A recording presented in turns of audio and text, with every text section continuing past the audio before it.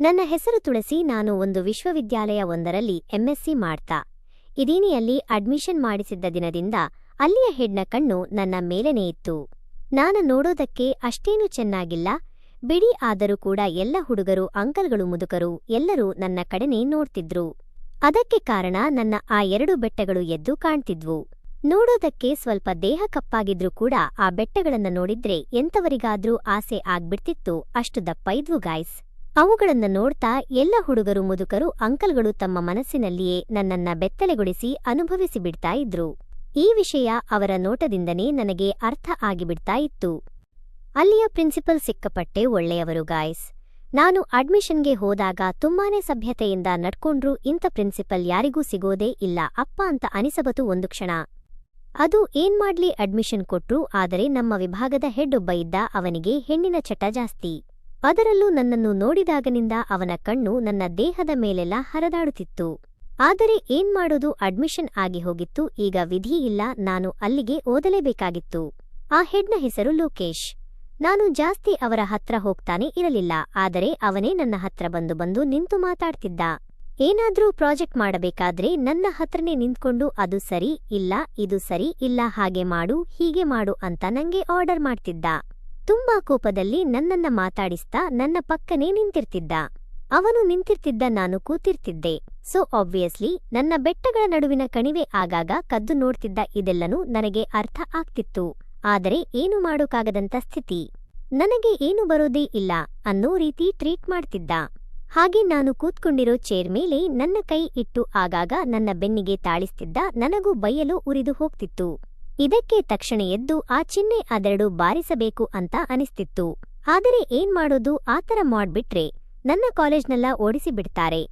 ಇಷ್ಟು ದಿನದ ನನ್ನ ಶ್ರಮ ವ್ಯರ್ಥ ಆಗೋಗ್ಬಿಡುತ್ತೆ. ಹಾಗಾಗಿ ಎಲ್ಲಾನೂ ಸಹಿಸಿಕೊಂಡು ಸುಣ್ಣಾಗಿಬಿಟ್ಟಿದ್ದೆ. ಮೊದಲ ಸೆಮಿಸ್ಟರ್ ಎಕ್ಸಾಮ್ ಮುಗಿತು, ರಿಸಲ್ಟ್ ಕೂಡ ಬಂತು. ಆಗ ನನಗೆ ಕೇವಲ 17% ಮಾತ್ರನೇ ಸಿಕ್ಕಿತ್ತು.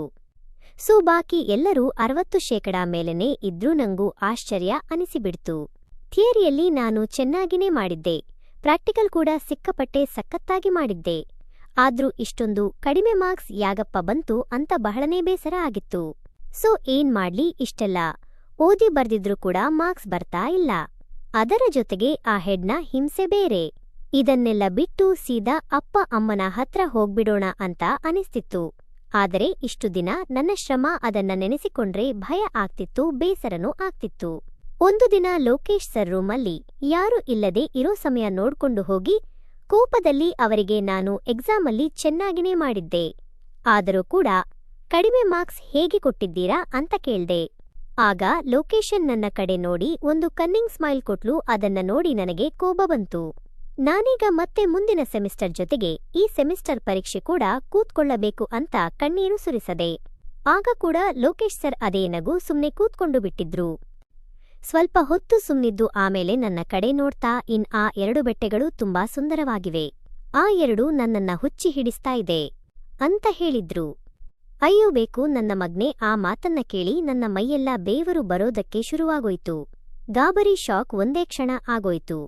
ಆ ಮಾತನ್ನ ಅರಗಿಸಿಕೊಳ್ಳೋದಕ್ಕೆ ಕೆಲ ಸಮಯನೇ ಹಿಡಿತು. ಸರ್ ಏನು ಹೇಳ್ತಿದ್ದೀರಾ ನೀವು ಅಂತ ಕೇಳಿದೆ. ಆಗ ಮತ್ತೆ ನನ್ನ ಕಡೆ ತಿರುಗಿ, ನೋಟ್ ತುಳಿಸಿ, ನಿಗೆ ಮಾರ್ಕ್ಸ್ ಬೇಕು ಅಂದ್ರೆ ಆ ಬೆಟ್ಟಗಳನ್ನ ನನಗೆ ತೋರಿಸು. ನೀನು ಎಷ್ಟು ನಿನ್ನ ಅಂದ ಚಂದನ ನನಗೆ ತೋರಿಸ್ತೀಯೋ ಅಷ್ಟು ಹೆಚ್ಚಿಗೆ ಮಾರ್ಕ್ಸ್ ನಿನಗೆ ಸಿಗುತ್ತೆ. ನಿನಗೂ ಗೊತ್ತು, ನಿನ್ನ ಪೇಪರ್ ವ್ಯಾಲ್ಯುಯೇಷನ್ಗೆ ನಾನೇ ಹೋಗೋದು. ಯೋಚನೆ ಮಾಡು, ಹೇಳು, ನಿನಗೆ ಮಾರ್ಕ್ಸ್ ಜಾಸ್ತಿ ಬೇಕು ಅಂದ್ರೆ ನೀನು ನನ್ನ ಮನೆಗೆ ಬರಬೇಕು.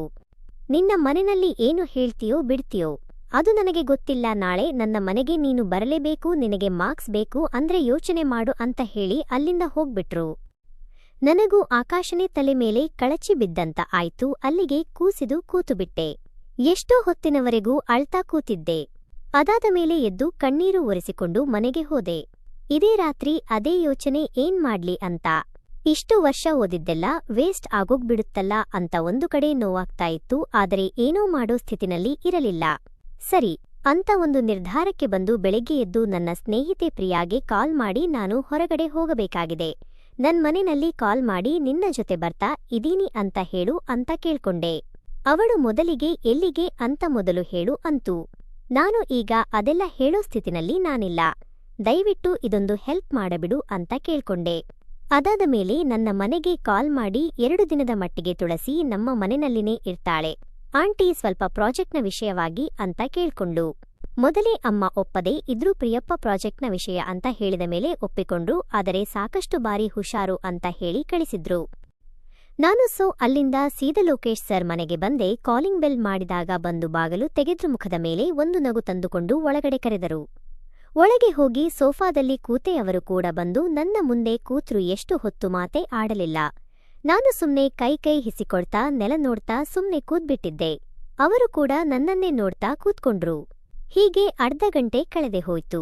ಅದಾದ ಮೇಲೆ ಅವರೇ ಏನ್ ಬಂದಿದ್ದು ಮನೆವರೆಗೂ ಹೇಳು, ಹೀಗೆ ಸುಮ್ನೆ ಕೂತಿದ್ರೆ ಸರಿ, ಸಂಜೆ ವ್ಯರ್ಥ ಅಂತ ಹೇಳಿದ್ರು. ಆಗ ನಾನು ಸರ್ ನನಗೆ ಮಾರ್ಕ್ಸ್ ಬೇಕು ಅಂತ ಹೇಳಿದೆ. ಆಗ ಅವನ ಅತ್ತಹ ಮಾರ್ಕ್ಸ್ ಬೇಕು ಅಂತ ಬರೀ ಬಾಯಲ್ಲಿ ಹೇಳಿಬಿಟ್ರೆ ಆಗೋದಿಲ್ಲ, ಏನ್ ಮಾಡಬೇಕು ಅಂತ ನಾನು ನಿನಗೆ ಮೊದಲೇ ಹೇಳಿದೀನಿ ಅಂತ ಹೇಳಿದ್ರು. ಈಗ ನಾನು ಕೂಡ ಧೈರ್ಯ ಮಾಡಿ ನನ್ನ ಕಾಲೇಜ್ ಬ್ಯಾಗ್ನ ಅದೇ ಸೋಫಾ ಮೇಲೆ ಇಟ್ಟು ಎದ್ದು ನಿಂತು ನನ್ನ ಒಂದೊಂದೇ ಬಟ್ಟೆಗಳನ್ನ ತೆಗಿತಾ ಹೋದೆ. ಈಗ ನಾನು ಬೆತ್ತಲೆ ನಿಂತಿದ್ದೆ. ನನ್ನ ಮೈ ಮೇಲೆ ಒಂದು ಬಟ್ಟೆನೂ ಇರಲಿಲ್ಲ. ನನ್ನ ಕಣ್ಣು ನೆಲ ನೋಡ್ತಿತ್ತು. ಆದರೆ ಅವರ ಕಣ್ಣು ನನ್ನ ಮೈ ಮೇಲೆಲ್ಲ ಹರಿದಾಡುತ್ತಿತ್ತು. ಆ ನನ್ನ ಬಟ್ಟೆಗಳನ್ನ ನೋಡಿ ಇನ್ನೂ ತಡೆಯೋಗಾಗದೆ ನನ್ನ ಹತ್ರ ಬಂದು ನನ್ನನ್ನ ಗಟ್ಟಿಯಾಗಿ ತಪ್ಪಿಕೊಂಡ್ರು. ನೀನು ಒಪ್ಪಿಕೊಳ್ತೀಯ ಅಂತ ನನಗೆ ತುಂಬಾ ಚೆನ್ನಾಗಿ ಗೊತ್ತಿತ್ತು.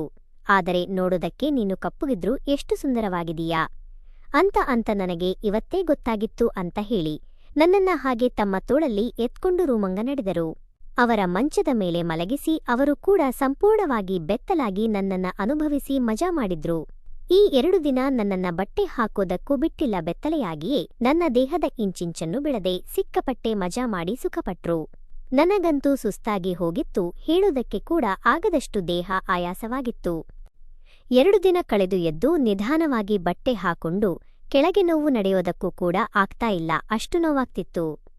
ನನ್ನ ಬೆಟ್ಟೆಗಳು ಹಾಗೆ ಕೆಳಗಡೆ ಇರುವಂತಹ ನನ್ನ ತ್ರಿಕೋನಾಕಾರದ ಅಂಗ ಎಲ್ಲವೂ ಕೆಂಪಾಗಿ ಉಳಿದುಕೊಂಡು ಬಿಟ್ಟಿತ್ತು. ಅಷ್ಟರ ಮಟ್ಟಿಗೆ ಒಳ್ಳೆ ಹುಚ್ಚಿನಂತೆ ನನ್ನನ್ನ ಹೊರೆದು ತಿಂದುಬಿಟ್ಟಿದ್ದ.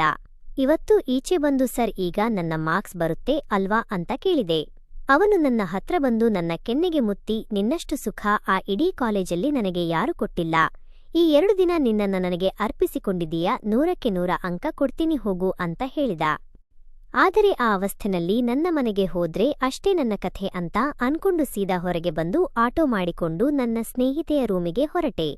ಅವಳ ಇದ್ದಿದ್ದು ಅಲ್ಲಿ ಒಬ್ಬಳೇ. ಅವಳ ತಂದೆ ತಾಯಿ ಊರಲ್ಲಿದ್ರು ಓದುವ ಸಲುವಾಗಿ ಇಲ್ಲಿಗೆ ಬಂದು ಒಬ್ಬಳೇ ಮನೆ ಮಾಡಿಕೊಂಡಿದ್ಲು. ಅವಳ ರೂಮ್ಗೆ ಹೋದೆ. ನನ್ನ ಅವಸ್ಥೆನ ನೋಡಿ ಗಾಬರಿಯಿಂದ ನನ್ನ ಹಿಡಕೊಂಬಂದು ಮಂಚದ ಮೇಲೆ ಕೂರಿಸಿ, ಏನಾಯಿತೆ ನಿನಗೆ ಅಂತ ಕೇಳಿದಳು. ನಾನು ನಡೆದಿದ್ದು ಎಲ್ಲನೂ ಅವಳಿಗೆ ವಿವರಿಸಿ ಹೇಳಿದೆ. ನಿನಗೇನಾದರೂ ಹುಚ್ಚ ಹಿಡಿದಿದ್ದೀಯಾ? ನಮಗೂ ಕೂಡ ಅವನು ಕೇಳಿದ್ದ. ಹೋಗಿ ಒಮ್ಮೆ ಅವನ ಹತ್ರ ಮಲೆಗೆ ಬಂದೆ. ನಂಗೆ ನೋಡು 72% ಅಂಕ ಕೊಟ್ಟಿದ್ದಾನೆ. ಆದರೆ ನಿನ್ನ ದಡ್ಡ ತಲೆಗೆ ಏನು ಹೇಳಲಿ, 2 ದಿನ ಹೋಗಿ ಅವನ ಹತ್ರ ಸಿಕ್ಕಾಕೊಂಡಿದೆಯಲ್ಲ, ಬರೀ 1 ಸಲ ಅವನ ಹತ್ರ ಮಾಡಿಸ್ಕೊಂಡಿದ್ದಿದ್ರೆ ಸಾಕಾಗ್ತಿರಲಿಲ್ವಾ ಅಂತ ಕೇಳ್ದೆ. ನನಗೆ ಇದೆಲ್ಲ ಗೊತ್ತಾಗಲಿಲ್ಲ ಅಂತ ಹೇಳಿದೆ. ನಿನ್ನ ಅಮ್ಮನ ಹತ್ರ ಪರ್ಮಿಷನ್ಗಾಗಿ ನನಗೆ ಕಾಲ್ ಮಾಡಿದಿ ಅಲ್ವಾ, ಹಾಗೇನೆ ಈ ವಿಷಯ ಹೇಳಬೇಕಾಗಿತ್ತು ತಾನೇ ಅಂತ ಹೇಳಿದ್ಲು. ಹೋಗಲೇ ಬಿಡು, ನನಗೆ ಗೊತ್ತಾಗಲಿಲ್ಲ, ನಾನು ಸ್ವಲ್ಪ ರೆಸ್ಟ್ ಮಾಡ್ತೀನಿ ಅಂದೆ. ಸೀತಾ ನನ್ನನ್ನ ಕರ್ಕೊಂಡು ಹೋಗಿ ಮೊದಲು ಅವಳಿಗೆ ಪರಿಚಯ ಇದ್ದಂತಹ ಡಾಕ್ಟರ್ ಹತ್ತಿರ ತೋರಿಸಿ ಮೆಡಿಸಿನ್ ಕೊಡಿಸಿ ನನ್ನನ್ನ ಕರ್ಕೊಂಡು ಬಂದು ರೆಸ್ಟ್ ಮಾಡೋದಕ್ಕೆ ಬಿಟ್ಲು. ಅವತ್ತು ಇಡೀ ದಿನ ಮಲಗಿ ರೆಸ್ಟ್ ಮಾಡಿದೆ. ಮಾರನೇ ದಿನ ಬೆಳಿಗ್ಗೆ ಎದ್ದಾಗ ಮೈ ಇಡೀ ರಿಫ್ರೆಶ್ ಆದಂತಹ ಅನುಭವ, ತುಂಬಾ ಹಗುರವಾಗಿದೆ ಅಂತ ಅನಿಸ್ತಿತ್ತು. ಈಗ ತುಂಬಾ ಚೆನ್ನಾಗಿದ್ದೀನಿ ಅಂತ ಅನ್ಸಿ ಅವಳಿಗ ಒಂದು ಧನ್ಯವಾದನ ಹೇಳಿ ಮನೆಗೆ ಮರಳಿದೆ. ಆ 2 ದಿನ ನಿಜಕ್ಕೂ ನನಗೂ ಸುಖ ಸಿಕ್ಕಿತ್ತು. ಆದರೆ ಆ ಮೈಕೈ ನೋವು, ಅಬ್ಬಾ ಯಾವ ನನ್ನ ಶತ್ರುಗೂ ಬೇಡ, ಈ ರೀತಿ ಸೈಕೋನ ನಾನು ಎಲ್ಲಿಯೂ ನೋಡಿರಲಿಲ್ಲ. ಆದರೆ ಇದಾದ ಮೇಲೆ ಅವನು ಹೇಳಿದ ರೀತಿನಲ್ಲಿನೇ 100ಕ್ಕೆ 100 ಅಂಕ ಕೊಟ್ಟು ಇಡೀ ಕಾಲೇಜ್ಗೆ ಟಾಪರ್ ಮಾಡಿದ್ದ. ನನ್ನ ಆ ಮಾರ್ಕ್ಸ್ ನೋಡಿದ ಮೇಲೆ ಆ 2 ದಿನ ಪಟ್ಟಂತಹ ಕಷ್ಟ ನೋವು ಎಲ್ಲಾನೂ ಮರೆತು ಹೋಗಿತ್ತು. ಖುಷಿಯಿಂದ ಅಲ್ಲಿಂದ ಬಂದೆ. ಈಗ ಒಂದು ದೊಡ್ಡ IT ಕಂಪನಿನಲ್ಲಿ ಮ್ಯಾನೇಜರ್ ಆಗಿ ವರ್ಕ್ ಮಾಡ್ತಾ ಇದ್ದೀನಿ.